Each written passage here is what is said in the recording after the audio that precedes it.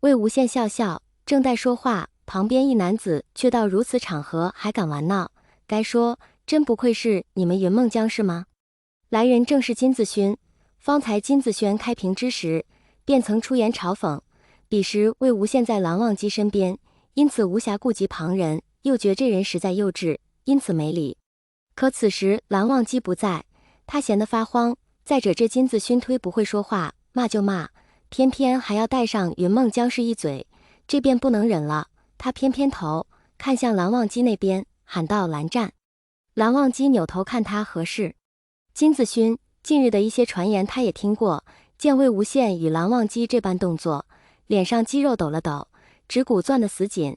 魏无羡平日便如此随意，这就罢了，而蓝忘机如此配合，难道传言是真的？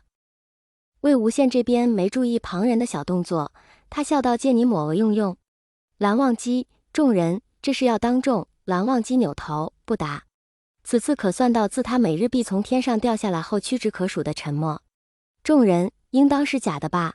未借到抹额，魏无羡也不气馁，他向来乐观，想起当年自己无意扯下抹额时蓝忘机那张脸，暗道自己有进步，这么多年了好歹没再将人气跑。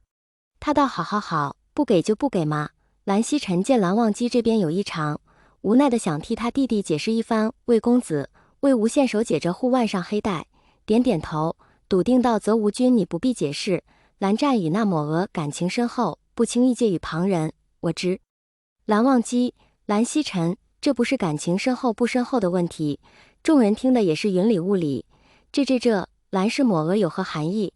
但凡是个去过云深不知处听学的人都知道，而魏无羡那话里好像是不知道的。不知不觉间，围猎场上众人都发起了呆，心中思索着这位公子与韩光君究竟是何关系。蓝曦臣欲再度解释趁着空隙，魏无羡已将眼蒙好，冲这边摆了摆手，点头，再度笃定道：“不必解释，我知。”蓝曦臣，这位无羡当真如同榆木疙瘩一般不开窍。确认过后，蓝曦臣看向蓝忘机，心中升起些许对自家弟弟的同情。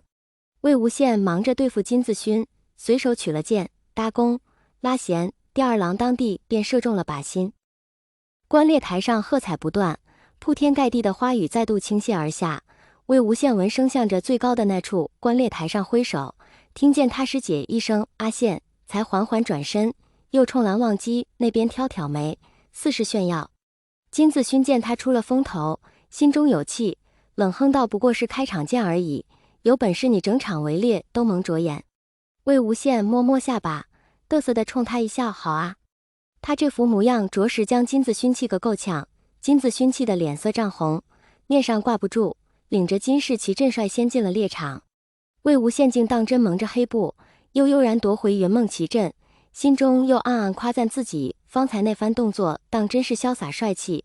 如此也不知蓝忘机看了没，他心中想着是，又欲动些手脚，若条件允许，还要看看能否偶遇蓝忘机。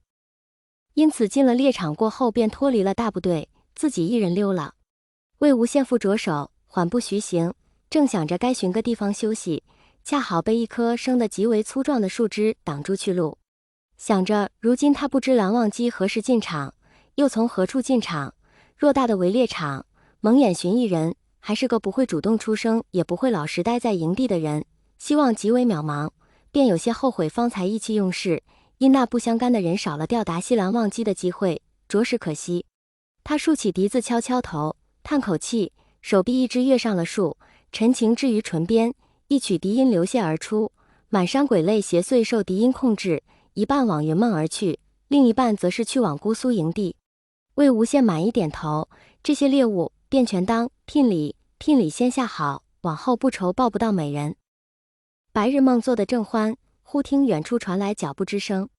魏无羡心中起疑，来者何人？所谓何事？此刻前来，无外乎两种情况，一是嫉妒他本领的男修，另一则是觊觎他美貌的女修。魏无羡咂舌，自己挑棵树随便一坐，选首曲子一吹，便能有如此效果，当真是优秀。如此也能配得上蓝忘机。他这边有些走神，未有动作，那人也离得近了。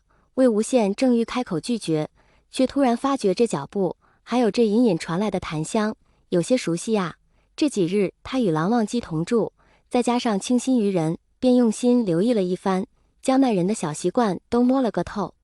这事将正主招来了，他心中窃喜，却并未动作，装作不认识来人的模样。